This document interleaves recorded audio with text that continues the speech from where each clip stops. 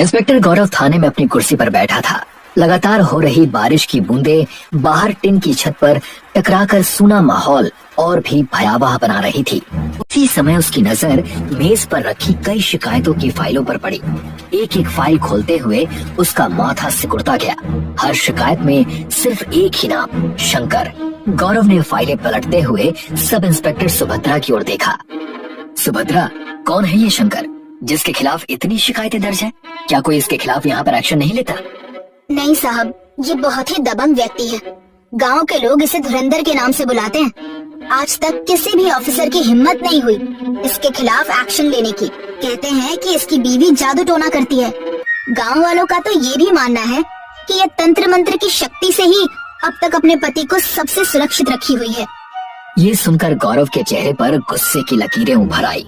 उसने बिना कुछ कहे अपनी कुर्सी से उठकर बाहर कदम रखा और गुस्से में जीप स्टार्ट कर दी।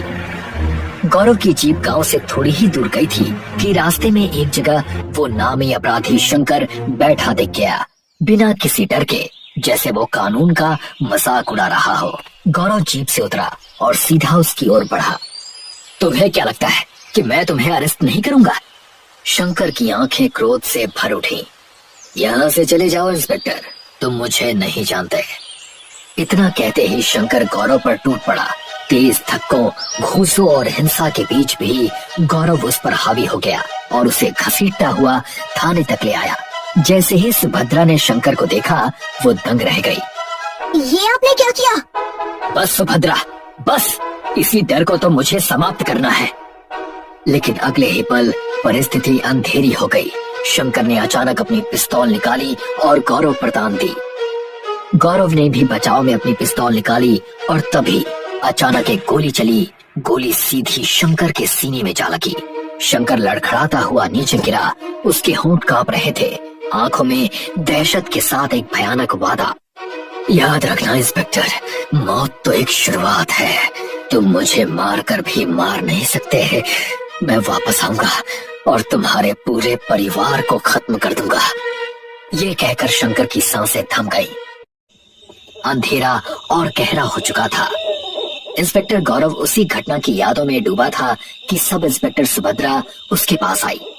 साहब, बहुत रात हो गई है, बारिश भी हो रही है। क्या आप अपने घर नहीं जाएंगे? मैं तो घर जा रही हूँ। गौरव ने बिना कुछ कहे सिर हिलाया और फिर चुपचाप अपनी जीप लेकर घर की ओर निकल पड़ा। रात का सन्नाटा चारों ओर फैला हुआ था। कमरे की दीवार पर लगी घड़ी टिक टिक करते हुए 1 बजा रही थी। इंस्पेक्टर गौरव अपनी पत्नी नव्या के साथ गहरी नींद में सोया हुआ था। अचानक कमरे का तापमान लगातार ठंडा होने लगा। नींद में करवट बदलते गौरव को तभी एक भारी अजनबी आवाज ने चीढ़ते हुए कहा, उठ जाओ इंस्पेक्टर गौरव, उठ जाओ। उस आवाज ने मानो उसकी नींद को पकड़कर खींच लिया। गौरव की आंख झटके से खुल गई। उसकी नजर जैसे ही छत पर गई, उसके रोंगटे खड़े हो गए। छत पर एक भयानक विकृत सा व्यक्ति छिपकली की तरह चिपका हुआ था। उसकी आंखें सीधे गौरव में धसी थी। अगले ही पल वो बिजली की गति से नीचे कूदा और गौरव के सामने आ खड़ा हुआ। अब तुम्हारे परिवार का अंत बहुत ज्यादा दूर नहीं है, तैयार हो जाओ। शब्द जैसे ही खत्म हुए, उसके भयानक हाथ गौरव के गले पर जकड़ गए। पकड़ इतनी मजबूत थी कि गौरव को लगा कि उसकी आंखें बाहर निकल जाएंगी। उसकी सांस रुकने लगी, आवाज गले में ही दब गई। उसी समय नव्या की आंख खुल गई। उसने गौरव को झकझोरा। गौरव हांफते हुए उठ बैठा। लंबी तेज सांसें, पूरा शरीर कांपता हुआ। सब ठीक तो चल रहा है ना? गौरव खुद को सामान्य करने की कोशिश करने लगा और कुछ देर बाद वो संभल भी गया। एक बहुत इंपॉर्टेंट केस में बिजी हूँ और तुम तो जानती हो कि जब तक मैं कोई केस सॉल्व नहीं कर लेता तब तक मुझे सुकून नहीं मिलता। डरने की कोई बात नहीं है, सो जाओ, मैं ठीक हूँ। बाहर तेज बारिश हो रही थी। गौरव अपनी वर्दी पहन रहा था और थाने जाने की तैयारी कर रहा था। तभी नव्या वहाँ आई, थोड़ी चिंतित, थोड़ी परेशान। एक तो मैं वैसे भी इस पहाड़ी इलाके पर तुम्हारी हुई पोस्टिंग से बहुत ज्यादा परेशान हूँ और ऊपर से ये बेमौसम बारिश। आज थाने नहीं जाओगे तो क्या हो जाएगा? ये मेरी ड्यूटी है नव्या, और पहाड़ी इलाकों में बारिश का कोई समय नहीं होता। वो एक छोटा सा पहाड़ी गांव था और वहाँ सिर्फ एक ही पुलिस चौकी थी। गौरव चौकी के अंदर आया तो सिर्फ सब इंस्पेक्टर सुभद्रा मौजूद थी। बाकी कुर्सियां खाली, जैसे हमेशा कोई अनदेखा डर लोगों को यहाँ आने से रोकता हो। अरे बाकी के लोग कहाँ हैं? जब मौसम खराब होता है तब कोई अक्सर थाने नहीं आता। गौरव चुपचाप अपनी कुर्सी पर बैठ गया। कुछ देर बाद सुभद्रा उसकी बेचैनी भांपते हुए उसके पास आई। क्या हुआ, आप टेंशन में लग रहे हैं? गौरव कुछ देर चुप रहा, फिर अपने सपने के बारे में बताने लगा। सपने के बारे में बताते बताते उसके चेहरे पर कई बार डर की झलक उभरी। सुभद्रा उसे बहुत ध्यान से सुनती रही और सुनकर उनका चेहरा और गंभीर हो गया।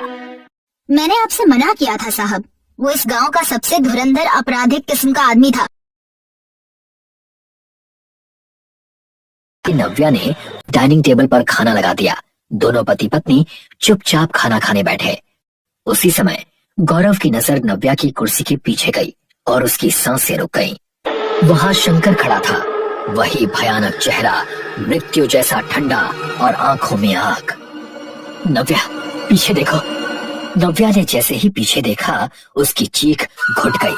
शंकर ने उसके गले को ऐसे दबोचा जैसे कोई खिलौना उठाता है और एक ही झटके में उसे उठाकर फर्श पर पटक दिया। उसकी दर्दनाक चीख पूरे घर में मौत की तरह गूंजी और नव्या ने वहीं दम तोड़ दिया। गौरव की आंखें फटी रह गई, वो हिल भी नहीं पाया। शंकर ने उसकी ओर मुड़कर वही श्राप फिर दोहराया। कहा था ना इंस्पेक्टर, मौत तो एक शुरुआत है। मैं वापस आऊंगा। मैं इस इलाके का धुरंधर था और मेरा खौफ मेरे जाने के बाद भी समाप्त नहीं होगा। कुछ देर बाद गौरव की दर्द भरी चीख ने सन्नाटे को चीर दिया। कमरा खून, मौत और भय की गंध से भर चुका था।